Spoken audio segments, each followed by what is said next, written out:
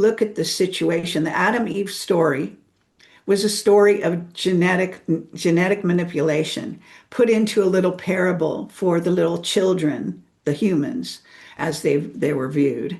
And unfortunately, these rabid religious people actually believe it literally. Eve did not have sex with a snake or even a reptilian. She didn't need to, because what they did is and put in the DNA of the reptilians into Eve, and ultimately all of their descendants and so on and so forth.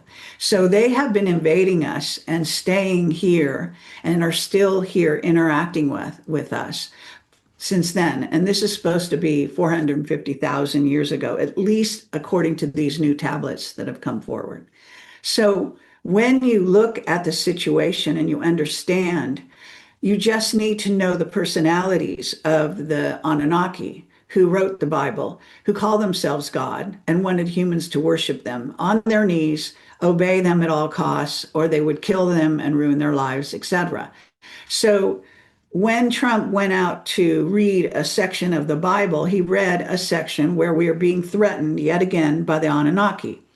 And the Anunnaki established their main center in Israel under Dimona. And I got this from whistleblowers.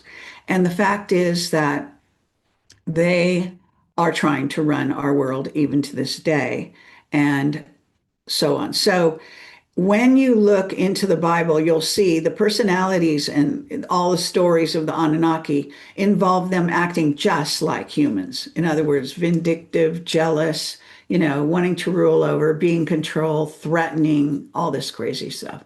So that's not a God. That's not creator God of the entire world of everything, obviously.